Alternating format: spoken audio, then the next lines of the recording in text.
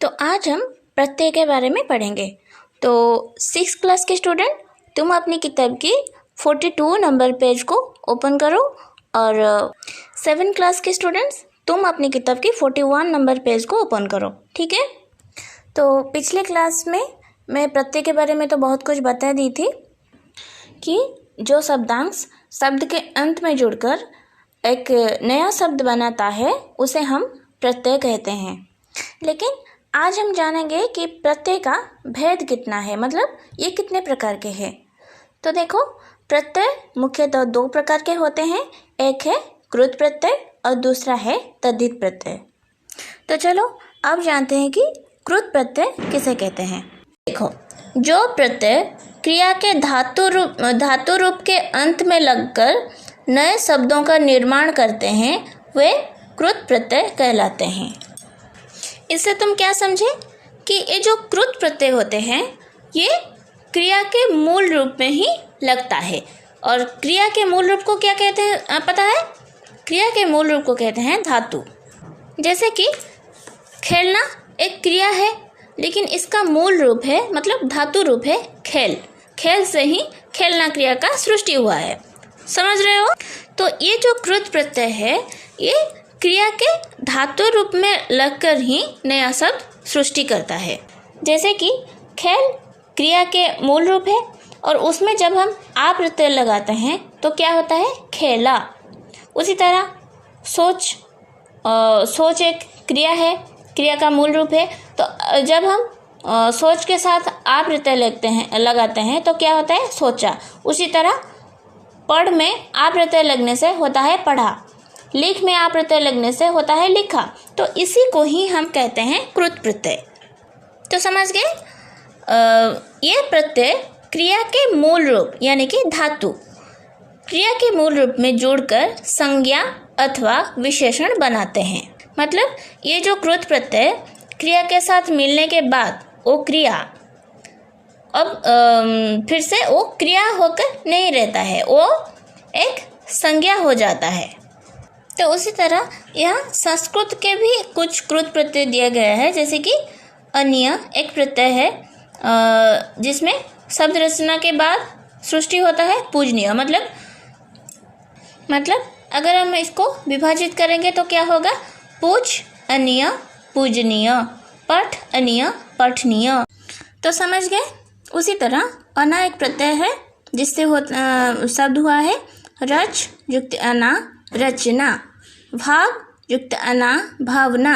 उसी तरह आनी एक प्रत्यय है जिससे हुआ है जेठ युक्त आनी जेठानी, देवर युक्त आनी देवरानी, नौकर युक्त यानी नौकरानी। तो इसी तरह कुछ कृत प्रत्यय हिंदी के हैं और कुछ कृत प्रत्यय संस्कृत के भी हैं।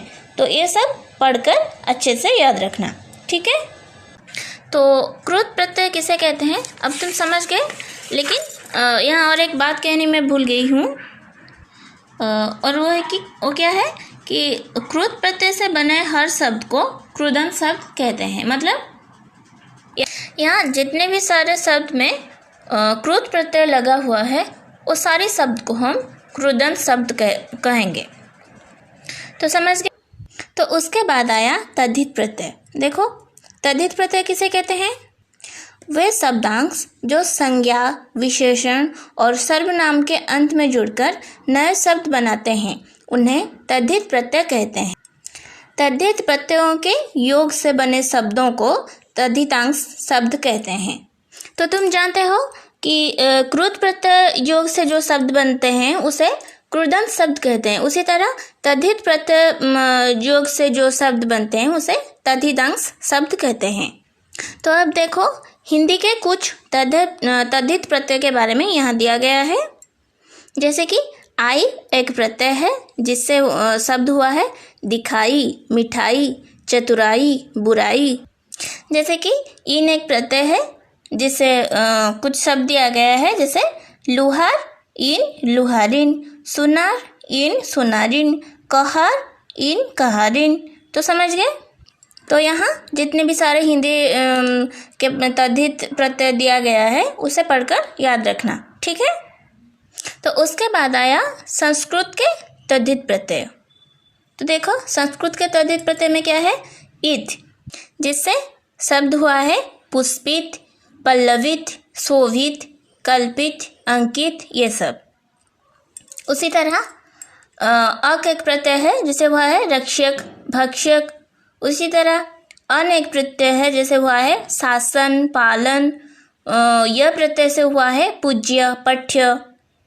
तो इसी तरह यहाँ जितने भी प्रत्यय दिया गया है वो सब पढ़कर याद रखना, ठीक है। तो उसी तरह अरबी और फारसी के कुछ तद्धित प्रत्यय भी दिया गया है, जैसे कि आना एक अरबी फारसी के तद्धित प्रत्यय है जिसे शब्द हुआ है रोजाना, सालाना। उसी तरह गार एक तद्धित प्रत्यय है जिसे हुआ है मददगार, खिदमतगार। गिरी से हुआ है बाबूगिरी, दादागिरी। इनसे हुआ है नमकीन, रंगीन, बेहतरीन। तो समझ रहे हो।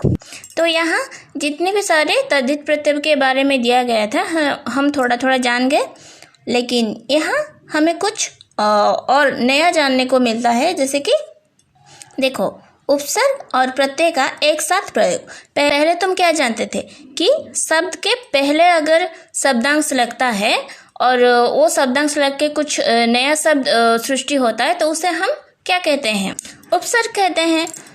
और शब्द के बाद अगर कुछ शब्द के बाद अगर शब्दांश लगता है तो उसे हम प्रत्यय कहते हैं। लेकिन यहाँ जो शब्द दिया गया है वो उस शब्द में उपसर्ग और प्रत्यय एक साथ प्रयोग किया गया है। कैसे, देखो। तो देखो यहाँ कुछ मूल शब्द दिया गया है और यहाँ उपसर्ग और यहाँ प्रत्यय, और उसके बाद जो नया शब्द सृष्टि होता है वो यहाँ दिया गया है। तो इसमें मूल शब्द है एक विश्वास, जिसमें उपसर्ग लगा है अ। तो अ उपसर्ग विश्वास शब्द के साथ लगने से क्या होता है, अविश्वास। समझ गए। तो अविश्वास शब्द के मतलब अविश्वास शब्द होने के बाद जब उसमें ई प्रत्यय लग जाता है तो क्या होता है, अविश्वासी। तो देख रहे हो एक शब्द में एक साथ उपसर्ग और प्रत्यय का प्रयोग हुआ है। तो उसी तरह योग एक मूल शब्द है जिसमें उपसर्ग अगर लगता है तो वो क्या होता है, नया शब्द उपयोग। समझ गए। तो उसके बाद उपयोग शब्द में अगर ईता प्रत्यय लगता है तो क्या होता है, उपयोगिता। उसी तरह मान एक शब्द है जिसमें अभि उपसर्ग लगने के बाद वो शब्द होता है अभिमान। समझ गए। लेकिन अभिमान शब्द में अगर ई प्रत्यय लगता है तो क्या होता है, अभिमानी। तो इसी तरह ये सारे शब्द में कुछ उपसर्ग और प्रत्यय दोनों शब्दांश का प्रयोग हुआ है। तो तुम ये सारे शब्द को पढ़ना और पढ़कर याद रखना, ठीक है। तो आज तुम्हारा ये विषय कंप्लीट हो गया है। तो अब तुम्हारा काम है ये पूरे विषय को अच्छी तरह से पढ़ना और अच्छे से याद रखना, ठीक है। तो आज के लिए इतना ही। मैं ये क्वेश्चन आंसर करके तुम लोगों के पास भेज दूंगी। अगर समझने में कोई दिक्कत होगी तो मुझे फ़ोन करके पूछ सकते हो।